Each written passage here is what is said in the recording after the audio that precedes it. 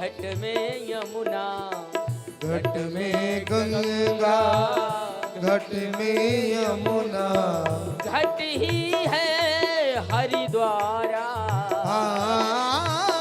घट ही है हरिद्वारा। फकीरा साहिब लगता प्यारा, फकीरा साहिब लगता प्यारा, फकीरा साहिब लगता प्यारा, फकीरा साहिब लगता प्यारा। राम देख मुनि बिरत बिसारी। तुलसी कहते हैं भगवान राम को देखकर विश्वामित्र की विरति भूल गई, वैराग्य।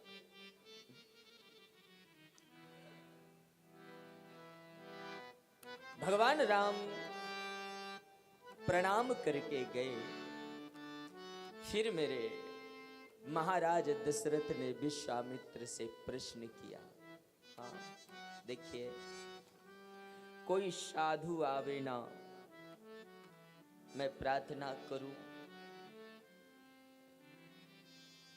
जब कोई संत अपनी प्रभुता को छोड़ता है तब आपके द्वार में आता है। अयोध्या कांड में भगवान राम गुरु वशिष्ठ से कहते हैं, प्रभुता तज प्रभु कीन स्नेहु।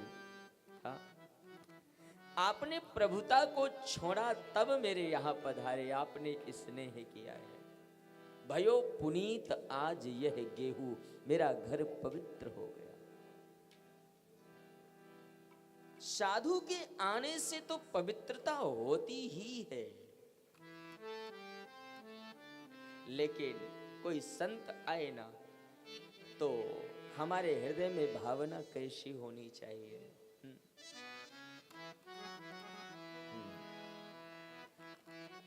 राजा दशरथ ने प्रणाम किया और विश्वामित्र से कहते हैं, बाबा अब आप आदेश करो। आज हमारे घर में कोई संत आवे ना तो ज्यादातर लोग दरवाजे से ही पूछते हैं, बोलो बाबा जी क्या काम है, एक प्रार्थना करूं ना। कई बार लोग एक दिन कुछ महानुभाव बोल रहे थे कि महाराज गृहस्थ आश्रम सबसे श्रेष्ठ आश्रम है। आज थोड़ा मैं इसमें कुछ बातें बोल दूं, विचार करना।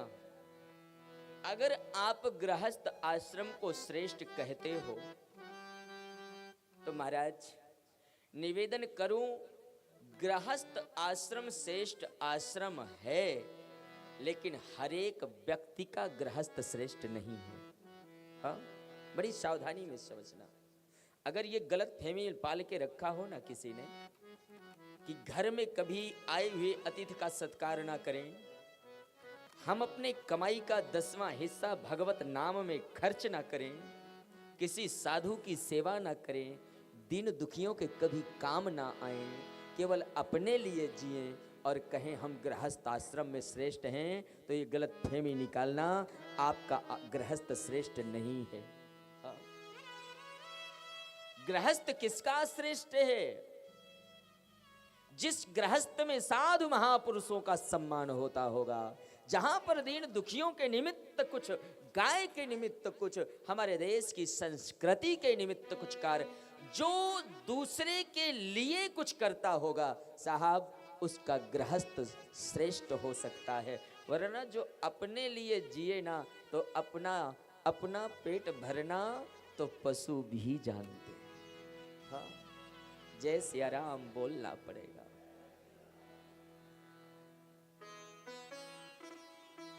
राजा दशरथ ने निवेदन किया विश्वामित्र जी से, महात्मन कहीं कारण आगमन तुम्हारा, कहू सो करत न लावूं बारा। आप आदेश करो ना, आपकी आज्ञा क्या है? आप जो आज्ञा करो एक पल नहीं लगेगा, मैं उसे पूरा कर दूंगा। दशरथ जी ने कहा। और दशरथ कर सकते हैं, करते भी हैं। वो दशरथ कोई साधारण राजा नहीं है। हाँ। और जैसे ये शब्द कहा ना, विश्वामित्र जी ने पहला शब्द कहा, राजन असुर समूह सतावहि मोही, मैं जाचन तो। विश्वामित्र जी इतना कह के चुप हो गए। बोले राजन, मुझे असुर सताते हैं, मैं आपसे याचना करने आया हूं। मैं जाचन। हाँ?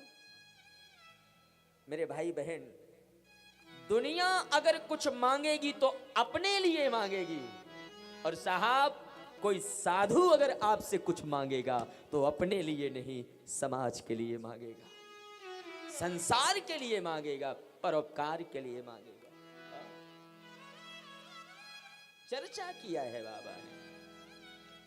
और जैसे ही यहां पर राजा दशरथ ने सुना ना कि बाबा विश्वामित्र ने एक शब्द कह दिया, मैं तुझसे याचना करने आया हूं, राजा दशरथ ने मुकुट उतारा, महात्मा के चरणों में रख दिया।